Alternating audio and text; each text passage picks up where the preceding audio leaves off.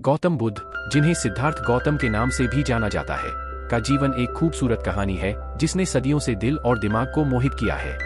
यह एक राजकुमार की कहानी है जिसने तपस्या के जीवन के लिए अपने आलीशान महल का सौदा किया, अंततः ज्ञान प्राप्त किया और इतिहास में सबसे प्रभावशाली आध्यात्मिक नेताओं में से एक बन गया। लगभग 563 ईसा पूर्व नेपाल के लुम्बिनी में जन्मे सिद्धार्थ राजा शुद्धोदन और रानी माया के पुत्र थे। उनका जीवन अकल्पनीय विशेषाधिकारों में से एक था, महल की दीवारों के भीतर आश्रय और बाहरी दुनिया की कठोर वास्तविकताओं से बचा हुआ। एक दिन महल के बाहर एक दुर्लभ उद्यम के दौरान सिद्धार्थ को 4 दृश्यों का सामना करना पड़ा जिसने उनके जीवन को बदल दिया। एक बूढ़ा आदमी, एक बीमार व्यक्ति, एक शव और एक तपस्वी।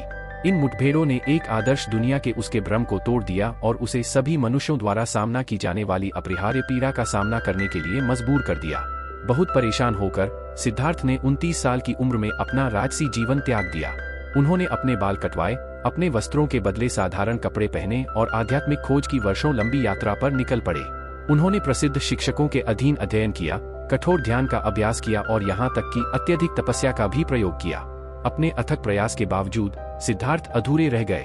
अंततः एक दिन भारत के बोधगया में एक बोधि वृक्ष के नीचे ध्यान करते समय उन्हें ज्ञान प्राप्त हुआ। उन्होंने दुख की प्रकृति और मुक्ति के मार्ग को समझा और जागृत बुद्ध बन गए। बुद्ध ने अपना शेष जीवन दुनिया के साथ अपनी अंतर्दृष्टि साझा करने में बिताया। उन्होंने 4 आर्य सत्य और अष्टांगिक मार्ग की शिक्षा देते हुए बड़े पैमाने पर यात्रा की, जो एक सार्थक और शांतिपूर्ण जीवन जीने का एक ढांचा है। उनका संदेश जीवन के सभी क्षेत्रों के लोगों के बीच गूंजता रहा और उनकी शिक्षाओं ने बौद्ध धर्म की नींव रखी, जो आज भी लाखों लोगों का मार्गदर्शन कर रहा है। गौतम बुद्ध की कहानी मानव परिवर्तन की क्षमता का एक प्रमाण है। यह हमें याद दिलाता है कि दुख के बीच भी मुक्ति का मार्ग है और सच्ची खुशी बाहरी संपत्ति में नहीं बल्कि आंतरिक शांति और ज्ञान में निहित है। यहाँ कुछ अतिरिक्त विवरण दिए गए हैं जो गौतम बुद्ध की कहानी को और भी सुंदर बनाते हैं। उनकी अटूट करुणा, विशेषाधिकार प्राप्त जीवन में जन्म लेने के बावजूद बुद्ध दूसरों की पीड़ा को कभी नहीं भूले।